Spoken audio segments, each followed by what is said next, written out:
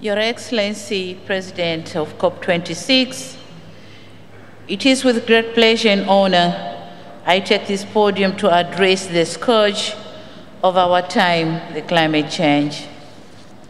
We in Tanzania have not been spared by these events. Sea level rise is eating arable land. Our pride, the Mount Kilimanjaro, is drastically becoming bald due to glacier melting. And we are experiencing unpredictable floods and droughts. We are experiencing all this despite our resolve to dedicate 48 million hectares to forest conservation as global service to carbon sequestration. Our exotic and beautiful archipelago of Zanzibar is struggling with temperature rises, saltwater intrusion, and inundation, thus impacting its tourism ecology. Excellencies, what does all this mean to a poor country like Tanzania? It means 30% of our GDP that comes from agriculture, forestry, and fisheries is not sustainable. Sadly, the big resolve and robust steps to combat causes and effects of climate change are still low-paced. The Paris goal of achieving 1.5 degrees Celsius is yet to be made, while more commitment are required.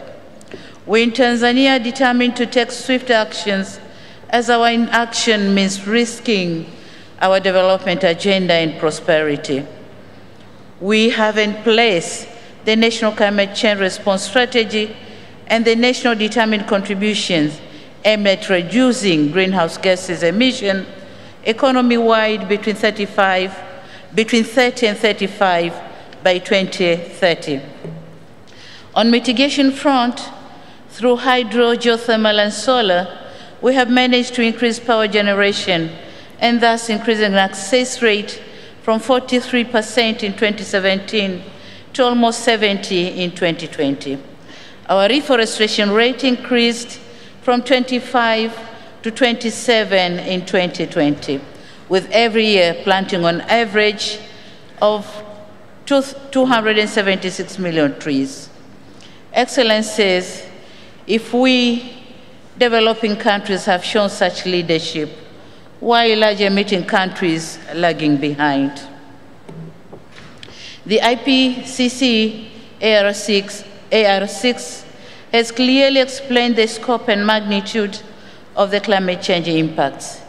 We know what is required, and we know that if the world will not act accordingly, the countries like ours with low adaptive capacity have no options but to brace for more devastating impacts. However, what we all ought to remember is when the drastic climate changes hit, it will choose no location, might or weak, poor or rich country.